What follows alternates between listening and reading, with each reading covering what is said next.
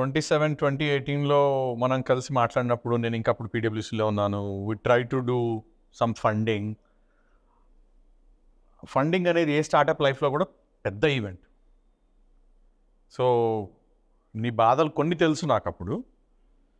So ఆ తర్వాత journey, ఆ major mile stone, Mahesh Babu గారు వచ్చారు సినిమాలోకి, స్కేలింగ్ అయింది, you touch the 20,000 ticket mark, and ఆ స్టేజ్ నుంచి నెక్స్ట్ స్టేజ్కి వెళ్ళడానికి మనకు చాలా ఫండ్స్ కావాలి.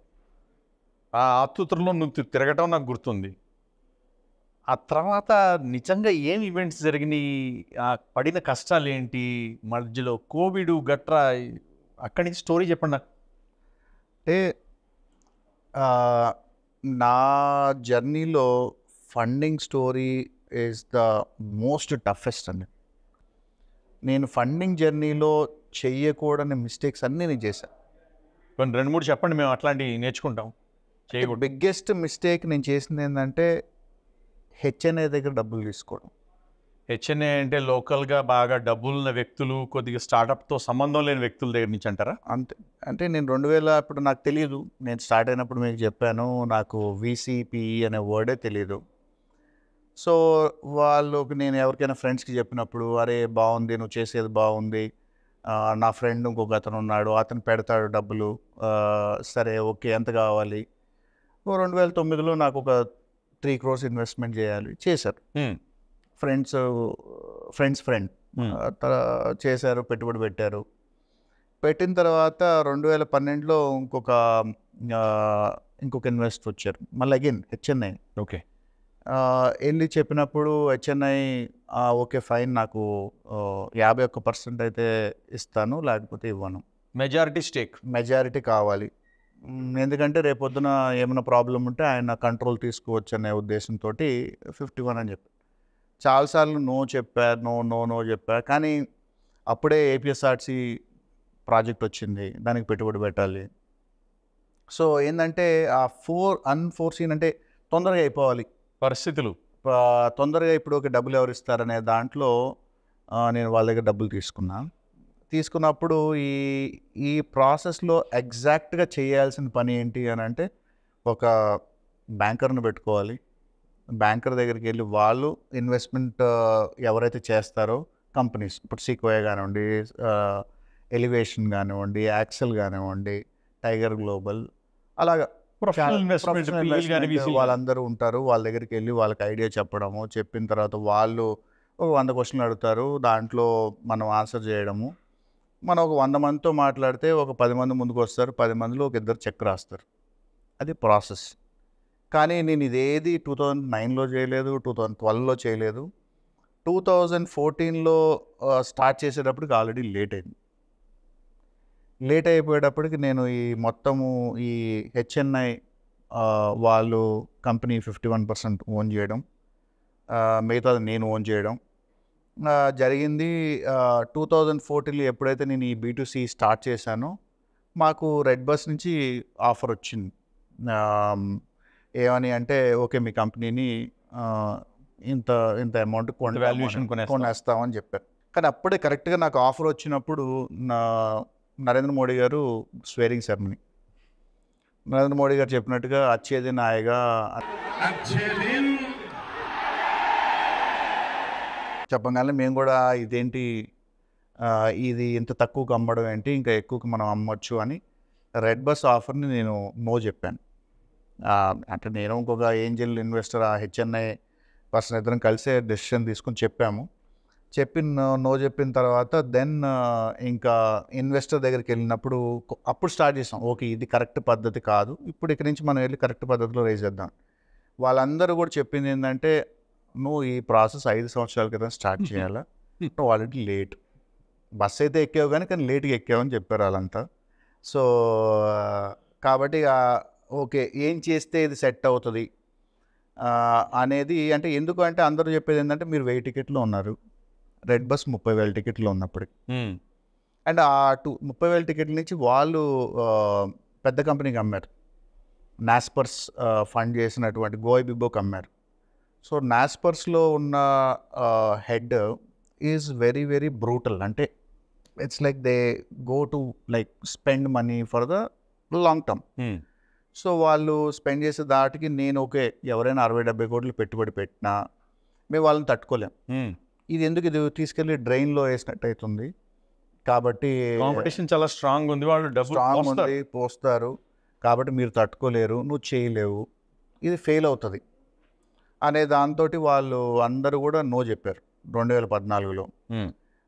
రెడ్ బస్ ఆఫర్ ఇచ్చింది, మేము నో చెప్పాం, మేము మార్కెట్లోకి వెళ్తే వాళ్ళు నో చెప్పారు. సో నా పరిస్థితి ఏంటంటే ముందు డబ్బులు కావాలి. దీన్ని ఎప్పుడైనా B2C ఈజ్ ఎక్స్పెన్సివ్ అండి. ఎప్పుడైనా సరే ఒక కస్టమర్ దగ్గరికి అవేర్నెస్ చేయాలంటే చాలా ఎక్స్పెన్సివ్. కానీ సార్ ఆల్రెడీ మనకి స్కేలబుల్ అవ్వాలి, దీన్ని ఒక ముందుకు తీసుకెళ్ళాలంటే B2Cకి తీసుకెళ్ళాలి, B2C డైరెక్షన్ కాబట్టి ఆల్రెడీ ఓకే ఇంకొక 1000 సీట్స్ 3000 సీట్స్ ఉన్న లిమిటెడ్ మనీతో చేసాం. దెన్ ఫస్ట్ టైం మళ్ళీ అగైన్ చేయకూడని పని ఏంటంటే బ్యాంక్ లోన్ తీసుకున్నాం. అప్పుడు సిండికేట్ బ్యాంక్ ఒక 5 crores లోన్ తీసుకొని సో B2C బిజినెస్లో పెట్టి ముందుకెళ్ళిన తర్వాత B2C అంటే ఏంటంటే డిస్కౌంట్లు ఇవ్వాలి, గూగుల్లో స్పెండ్ చేయాలి, ఫేస్బుక్లో స్పెండ్ చేయాలి. ఫస్ట్లో వాళ్ళు ఏంటంటే వెంటనే మనకి దగ్గరికి డైరెక్ట్గా కొనరు, 5 సార్లు కనపడాలి. సో అప్పుడు వాళ్ళకు ఒక కంఫర్ట్ వస్తుంది, ఓకే ఇది ఒక డీసెంట్ బ్రాండ్ అని. అప్పుడు వచ్చి కొంటా ఉంటారు 4 సార్లు. సో ఆ బ్రేక్ ఈవెన్ వచ్చేంత వరకు కంపల్సరీగా మనం ఈ స్పెండ్ చేస్తూనే ఉండాలి. మాకు బర్న్ అవుతూనే ఉంది. సో అట్లా ప్రతి మంత్ 1-2 కోట్లు పోతూనే ఉన్నాయి మాకు. సరే అయినా కూడా వెనక తగ్గకుండా మేము ఇది B2Cని స్కేల్ చేయాలి. ఎందుకంటే గ్యాప్ నాకు రెడ్ బస్కి గ్యాప్ బ్రిడ్జ్ చేయకపోతే ఏ ఇన్వెస్టరు ఫండ్ చేయడు, ఆ గ్యాప్ పెరిగిపోతూ ఉంటుంది. సో ఆ ఉద్దేశంతో ఎలాగైనా కసిగా చేయాలనే దాంతో లోన్స్ తీసుకుని స్కేలప్ చేస్తూ ఉన్నాం. 2016లో కూడా మేము మళ్ళా లోన్స్ తీసుకొనే గ్రో చేయడం స్టార్ట్ చేసాం. బట్ కంపెనీలో బిజినెస్ అయితే గ్రో అవుతుంది, లాసులు గ్రో అవుతున్నాయి, కానీ ఫండింగ్ అయితే అవ్వట్లేదు బయట నుంచి. సో ఈ స్కేలప్ అవడం మహేష్ బాబు లాంచ్ చేసిన తర్వాత పెట్టిన తర్వాత స్కేల్ 20,000కి వెళ్ళిన తర్వాత కూడా మళ్ళీ ఇన్వెస్టర్స్ని డోర్ తట్టడం స్టార్ట్ చేసాం. ఈసారి కొంచెం బెటర్గా ఉంది రెస్పాన్స్, అంతకుముందు కంటే బెటర్గా ఉంది. ఎందుకంటే గ్యాప్ తగ్గింది. ఓకే వీళ్ళు డబ్బులు లేకపోయినా ఇతను చేయగలడు అనే ఉద్దేశంతో అంటే మీ మీద ఇంప్రెషన్ ఇంప్రూవ్ అయింది అంటారా? 100%. ఎందుకంటే మేము పెట్టిన డబ్బులకి కాంపిటీషన్ పెట్టిన డబ్బులకి కూడా మేము అంటే ఎఫెక్టివ్గా చేసాం, అంటే సంథింగ్ ఇన్నోవేటివ్గా. సో ROI చాలా బాగుంది అంటారు. 100%. అక్విజిషన్ కాస్ట్ అని అంటారు. అక్విజిషన్ కాస్ట్ నాది చాలా తక్కువ కాస్ట్లో కస్టమర్ నేను అక్వైర్ చేసుకోగలిగాను, అతని చేత టికెట్ కొనిపించగలిగాను. మిగతా వాళ్ళు చాలా ఎక్కువ ఖర్చు పెడుతున్నారు కాబట్టి అందరూ కూడా ఓకే ఇది ఇతను డబ్బులు తక్కువ దాంట్లో ఎక్కువ డెలివర్ చేశారు కాబట్టి ఈవెన్ ఇన్నోవేటివ్గా మేము ఏంటంటే మహేష్ బాబుని మేమే ఫస్ట్ తీసుకొచ్చాం. అంటే ఒక బ్రాండ్ అంబాసిడర్ తీసుకొచ్చి అడ్వర్టైజ్మెంట్ చేయొచ్చు అనేది. ఇన్సూరెన్స్ కానివ్వండి, లేకపోతే అంటే అప్పుడు దాకా ఎవరి దగ్గర బస్ టికెట్తో పాటు ఇన్సూరెన్స్ లేదు. ఫస్ట్ టైం అప్పుడే ఐసిఐసిఐ లొంబార్డ్తో మేము మాట్లాడి వాళ్ళకి కాన్సెప్ట్ ఎక్స్ప్లెయిన్ చేసి ఓకే ఇన్సూరెన్స్ ఛార్జ్ చేసినప్పుడు ఏదైనా ఎనీ అన్ఫార్చునేట్ ఈవెంట్ అయితే వాళ్ళకి ఒక 20 lakhs insurance during the journey. So అలాగా కొత్తగా తర్వాత ఫుడ్ మీరు ఎందుకంటే చాలామంది 8 o'clockకే డైరెక్ట్గా ఆఫీస్ నుంచి పోయి బస్ ఎక్కుతారు. సో అప్పుడు ఫుడ్ ఆర్డర్ చేసుకుంటే డైరెక్ట్గా ఫుడ్ దగ్గరికి బస్ స్టాప్ దగ్గరికి వచ్చి ఫుడ్ డెలివరీ చేసేటట్టుగా అలాగా. తర్వాత ఇంటర్నెట్ ఇన్సైడ్ ద బస్. ఇవన్నీ కూడా మేము ఎక్స్పెరిమెంట్ చేసాము. ఫస్ట్ మూవర్గా చేయాలి, కొన్ని సక్సెస్ అవుతాయి, కొన్ని ఫెయిల్యూర్ అవుతాయి, బట్ ఏదైనా సరే డిఫరెంట్గా చేయాలని ఆ థాట్ ప్రాసెస్ తోటి వర్క్ చేసాము. సో దీనికి ఏం చేయాలన్నా కూడా చాలా డబ్బులు కావాలి, క్యాపిటల్ కావాలి. సో 2016లో చేసాము, స్కేల్ అవుతుంది. ఈసారి ఏంటంటే అందరూ కూడా మేము చెప్పేది కొంచెం ఇన్వెస్టర్స్ అందరూ కూడా పాజిటివ్గా వెళ్ళడం స్టార్ట్ చేశారు, సీరియస్గా తీసుకున్నారు మమ్మల్ని. సో వీళ్ళలో డిఫరెన్షియేటర్స్ ఉన్నాయి, ఒక కేవలం టికెట్ డబ్బులే కాకుండా వేరే విధాలుగా కూడా వీళ్ళు ప్రయత్నిస్తున్నారు. అవును. సో అవన్నీ చూసిన తర్వాత కొంత పాజిటివ్ హియరింగ్ వినిన తర్వాత కొంతమంది ఇంకా కూడా ముందుకొచ్చి సరే చేద్దామని టర్మ్ షీట్ అంటారు. టర్మ్ షీట్స్ ఇచ్చారు. ఇచ్చినప్పుడు ఓకే, నెక్స్ట్ లెవెల్కి డ్యూ డిలిజెన్స్కి వెళ్ళాలి. డ్యూ డిలిజెన్స్కి వెళ్ళినప్పుడు ఏంటంటే మన షేర్ హోల్డర్స్ ఎవరు, అండ్ మీరు ఇదంతా ఎక్స్పర్ట్, బట్ ఈ డ్యూ డిలిజెన్స్లో షేర్ హోల్డర్స్ ఎవరు, వాళ్ళ బ్యాక్గ్రౌండ్ చెక్ చేస్తారు. కంపల్సరీగా వాళ్ళు పొలిటికల్లీ అఫిలియేటెడ్ అయినా కానివ్వండి, పీఈపీ అంటారు. పీఈపీ అంటే politically affiliated person, political expose person, లేకపోతే రియల్ ఎస్టేట్ బ్యాక్గ్రౌండ్ కానీ, లాట్ ఆఫ్ బ్లాక్ మనీ ఉన్న వాళ్ళు కానివ్వండి, లేకపోతే ఎనీ పొలిటికల్ కేసెస్, సిబిఐ ఎవరో లిటిగేషన్స్, వీళ్ళు ఎవరైనా క్యాప్ టేబుల్ ఎవరైనా మన షేర్ హోల్డర్స్గా ఉంటే ఎవరు కూడా ముందుకు రారు. సో అన్ఫార్చునేట్లీ నా దగ్గర ఉన్నటువంటి షేర్ హోల్డర్స్లో ఆ పీఈపీ ఉన్నారు కాబట్టి, ఇంకొక రియల్ ఎస్టేట్ బ్యాక్గ్రౌండ్ ఉంది కాబట్టి వాళ్ళకి అంత కంఫర్ట్ లేదు వాళ్ళకి. సో టర్మ్ షీట్ ఇచ్చి డ్యూ డిలిజెన్స్ చేసిన తర్వాత వాళ్ళు తెలిసింది మీలో ఉన్న, మీ దగ్గర ఉన్న ఇన్వెస్టర్లు, ప్రస్తుతం ఉన్న ఇన్వెస్టర్లు వీళ్ళు XYZ, వీళ్ళు XYకి ఎక్స్పోజర్ ఉంది, పొలిటికల్ కనెక్షన్లు ఉన్నాయని అర్థమైంది వాళ్ళకి. అంతే. సో వాళ్ళు ఏమన్నారు, ఇంకా వాళ్ళు అలాంటి తెలిసినప్పుడు వాళ్ళు టచ్ కూడా చేయరు, ఇంకా అసలు మనల్ని దూరంగా పెట్టేస్తారు. అండ్ ఇన్వెస్టర్ కమ్యూనిటీ ఎలా అంటే ఇది ఒక వెరీ స్మాల్ కమ్యూనిటీ. 200 మంది ఉంటారు ఇండియా మొత్తంలో, 250 మంది ఉంటారు. వాళ్ళందరూ కూడా మాట్లాడుకొని అరే కంపెనీ బాగుంది కానీ ఇన్వెస్టర్స్ బాగాలేదు, దీన్ని టచ్ చేయొద్దు. సో కాబట్టి నేను రిపీటెడ్గా చాలా ఎఫర్ట్స్ పెట్టాను. 2016లో 17లో పెట్టినా కూడా ఇన్ఫ్యాక్ట్ పేటిఎం వాళ్ళు కూడా పెడతాము మీ దగ్గర అని చెప్పారు. In fact Amazon want to invest 75 crores into AbhiBus, but వాళ్ళు ఒక్కసారి షేర్ హోల్డర్స్ చూడగానే వాళ్ళు వెళ్ళిపోయారు.